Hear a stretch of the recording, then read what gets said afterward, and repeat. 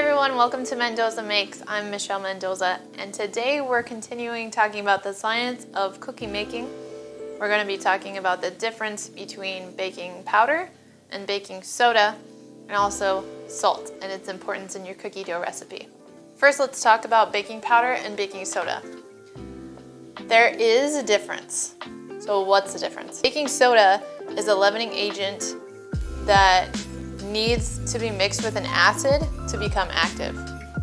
Baking powder contains baking soda and the acid that activates it. They're not interchangeable.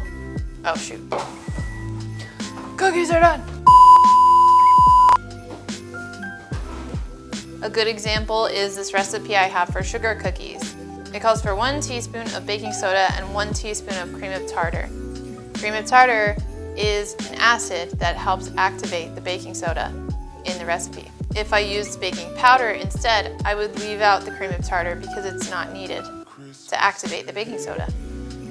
It's already included in the baking powder. You might also see recipes that call for both baking powder and baking soda, like this recipe for peanut butter cookies. But as you'll see, it calls for more baking soda than it does baking powder. That's because it needs more leavening from the baking soda and only a small amount of the acid that comes from the baking powder to rise. All right, now let's talk about salt. Why do we use salt in our baking? Usually it's only a small amount, between 1/4 of a teaspoon, 1/2 a teaspoon, not very much. So why even put it in there? Can I just skip it? Don't skip the salt. The salt is important, and it's not for salty flavor. It doesn't make your cookies taste salty. Salt enhances other flavors. Basically, it makes things taste more like themselves. Salt will also help counteract and balance the unsweetened chocolate that we use in some baking recipes. Usually there's such a small amount of salt in cookie recipes that you won't take a bite and taste salt.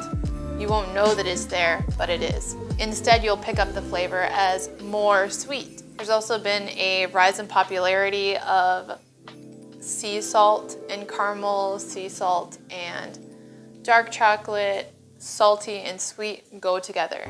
General rule of thumb for the amount of salt in desserts, cookies, cakes, brownies, this sort of thing, is 1/4 teaspoon of salt per cup of flour, or 1/4 teaspoon of salt per cup of sugar. Not both, either or. Now, unfortunately, the thing about baking is, unlike cooking, where when you're cooking, you can salt to taste. You've heard that phrase, salt to taste? That means when you're cooking something, like if I'm making marinara sauce for an example, while I'm cooking the marinara sauce, I can put some salt, stir it around, and then taste it. You can't really do that with baking. With baking, if I put some salt into my cake batter or my cookie dough, and then I taste it, it's not gonna taste like a cookie. It's gonna taste like batter or dough. So I can't really taste it and then adjust the amount of salt in it.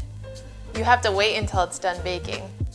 All right, guys, I think that's it for baking powder, baking soda, and salt.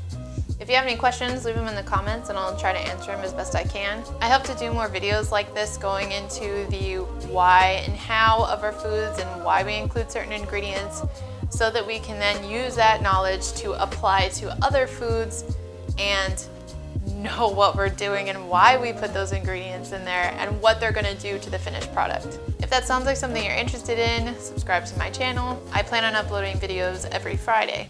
I hope you make some good cookies this year. Merry Christmas, and I'll see you next time. Bye!